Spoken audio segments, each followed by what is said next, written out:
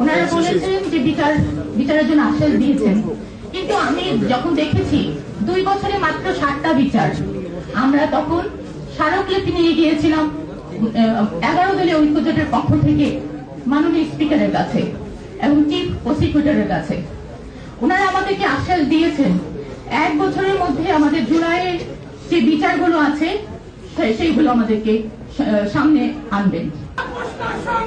সংগ্রাম সংগ্রাম সংগ্রাম সংগ্রাম জিন্দাবাদ জিন্দাবাদ জিন্দাবাদ।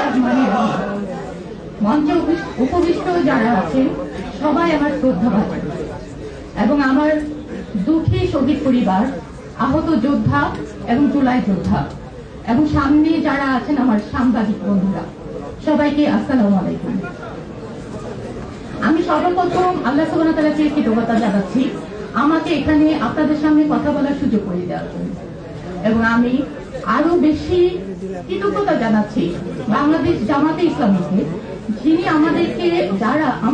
আমাকে আপনাদের প্রতিনিধিত্ব করার জন্য, বিশেষ করে শহীদ পরিবার, আহত যোদ্ধা, জুলাই যোদ্ধাদের কথা বলার জন্য সংসদে পাঠিয়েছেন। সংসদে আসলে অনেক কম সময় দেওয়া হয়, বিশেষ করে বিরোধী দলে যারা আছে তাদেরকে একদম 2 মিনিট, 4 মিনিট, 3 মিনিট এভাবে কথা বলতে দেওয়া হয়। কিন্তু আমি যতটুকু সময় পেয়েছি আমি আপনাদের হয়ে কথা বলতে চেয়েছি, বলেছি। আমি যখন দাঁড়িয়ে কথা বলেছি, আমি শহীদ পরিবার হয়ে যখন কথা বলেছি, তখন ওনারা শুনেছেন, মনোযোগ সহকারে শুনেছেন এবং সেইগুলো বাস্তবায়নের জন্য আশ্বাসও দিয়েছেন। আমি যখন বিচারের জন্য কথা বলেছি, ওনারা বলেছেন যে বিচারের জন্য আশ্বাস দিয়েছেন, কিন্তু আমি যখন দেখেছি 2 বছরে মাত্র 7টা বিচার, আমরা তখন স্মারকলিপি নিয়ে গিয়েছিলাম 11 দলীয় ঐক্যজোটের পক্ষ থেকে মাননীয় স্পিকারের কাছে এবং চিফ প্রসিকিউটরের কাছে। ওনারা আমাদেরকে আশ্বাস দিয়েছেন 1 বছরের মধ্যে আমাদের জুলাইয়ের যে বিচারগুলো আছে সেইগুলো আমাদেরকে সামনে আনবেন। তারপরে ওনারা আরো বলেছেন বিচারগুলো ওনারা একসাথে সমন্বিত করছেন এবং রায় যে ঘোষণা হয়েছে সেটাকেও ওনারা চাচ্ছেন আরো বেশি ত্বরান্বিত করার জন্য। আমি মাননীয় প্রধানমন্ত্রীর কাছে বা সরকারি দলের কাছে আমি আবেদন রাখতে চাচ্ছি। আমি যেটা দেখেছি প্রসিকিউটরের কাছে গিয়ে, মাননীয় প্রসিকিউটরের কাছে, চিফ প্রসিকিউটরের কাছে, যে ওইখানে আপনার ট্রাইব্যুনালের অভাব, ট্রাইব্যুনাল আপনার এত কম, এই জন্য বিচার ব্যবস্থা ত্বরান্বিত হচ্ছে না। তারপরে আবার ওনারা যখন তদন্তে যান তখন লোক বলের অভাব।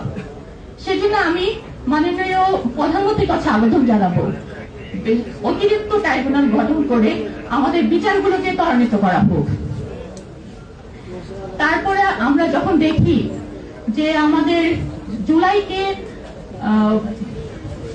অসম্মান করা হচ্ছে, আমাদের জুলাই যোদ্ধারা যখন তারা স্বাস্থ্য কার্ড নিয়ে হসপিটালগুলোতে যায় তখন বলে হয় জুলাই আবার কি। আমি মাননীয় প্রধানমন্ত্রীর কাছে আহ্বান জানাবো প্রত্যেকটা রঙে রঙে এখনো টেসিস রয়ে গেছে, তাদেরকে উন্নত করুন, আপনারা তাদেরকে আইনের আওতায় আনুন। এই জন্য আলাদা করে আপনার ট্রাইব্যুনাল গঠন করুন। এরপরে আমি বলতে চাই যে আমাদের জুলাই সনদ, আজকে যদি জুলাই সনদ বা বিচার যদি আমাদের বাচ্চাদের হয়ে যেত তাহলে হবিগঞ্জে আজকে এই দশা হয় না। হবিগঞ্জে একটা বাচ্চার চক্ষু উপড়ে ফেলা হয় না।